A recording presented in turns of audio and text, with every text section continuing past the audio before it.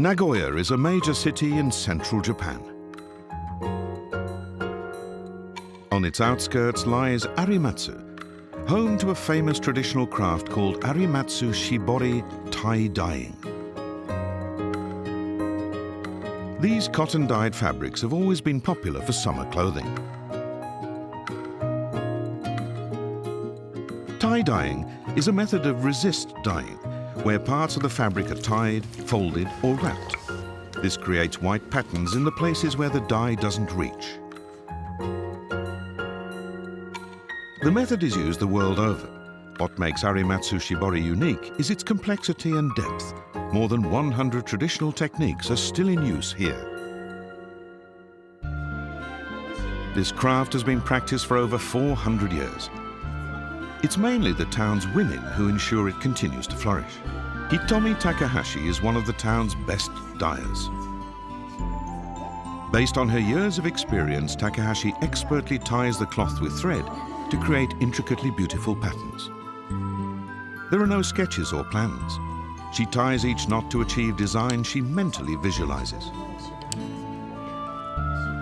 After dyeing, the tightly tied off parts will stay white and create the patterns. The finished product is bold and striking, but a closer look reveals detailed, sharp distinctions between white and colored areas. This is what makes Takahashi's design so appealing. You don't always have to produce exactly the same pattern, and that's what fascinates me. Getting a new generation interested is important, and I'm doing my best to involve more young people in our craft. It would be a shame if it died out. A group of young Arimatsu dyers is experimenting with new ways to use these traditional techniques. Yu Ito is one of this group. Ito learned a traditional method in which folded fabric is compressed between boards. The fabric is folded into triangles, then tightly bound between two boards. Only the exposed edges will be colored by the dye, while the protected parts form a white pattern. Patterns also depend on how long the fabric is dyed and how deeply it's dipped into the dye. This requires a high level of skill. The attraction of Arimatsu Shibori dyed fabrics has stayed strong over the years.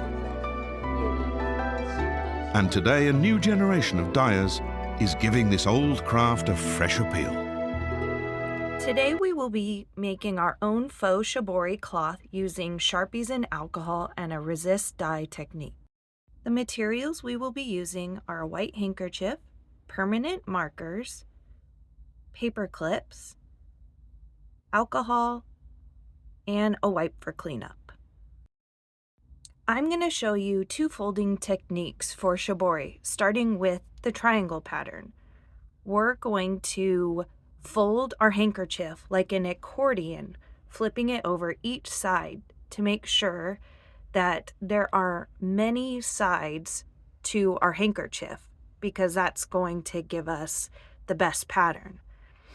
So now each time I fold in the triangle, I'm going to flip my handkerchief over to make sure I'm folding another triangle, so that when we're finished, we will have multiple sides to color of the handkerchief.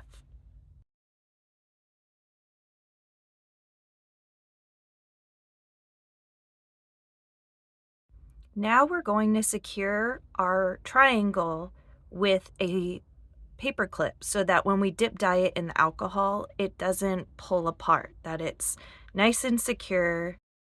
The next method we're going to fold is a rectangular and square. So fold it in half and then fold the top half down, kind of like a paper airplane, and then flip it over and fold the other half down. So now you can see that we have multiple edges showing.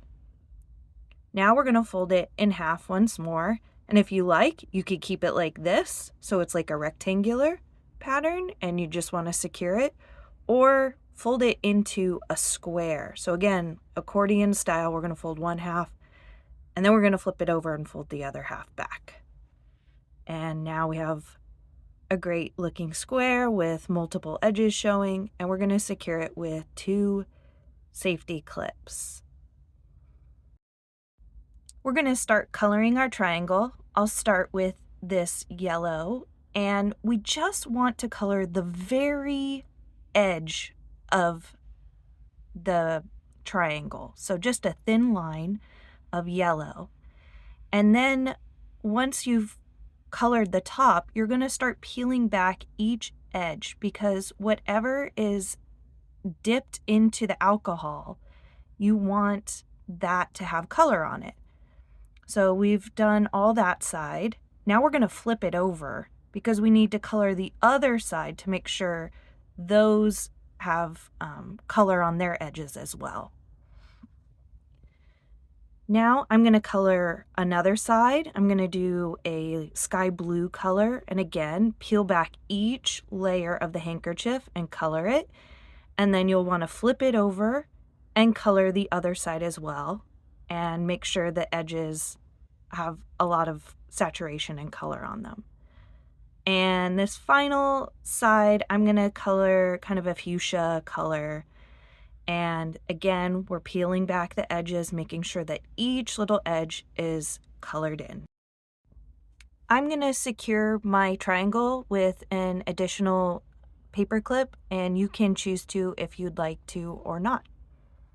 Now we're ready to dye our triangle into alcohol. So carefully remove the lid from your plastic alcohol cup, and be careful, this is alcohol. And we're going to want to just barely touch the handkerchief in the liquid, just enough just to get that edge, the very edge, wet. We don't want the whole thing getting saturated, or else all the colors are going to mix together. It's okay that some of the colors are going to come out in your alcohol. And again, we're going to do this yellow side, and now we're going to do the fuchsia side, just the edge there. And now our handkerchief is dyed in alcohol, and we're going to let it air dry now. Replace the lid back on your alcohol cup, and you'll want to use the baby wipe to wipe off your hands a little bit. And you'll also want to wash your hands after this. And now we're going to let our shibori cloths dry overnight. And this is what our triangle shibori look like the next day.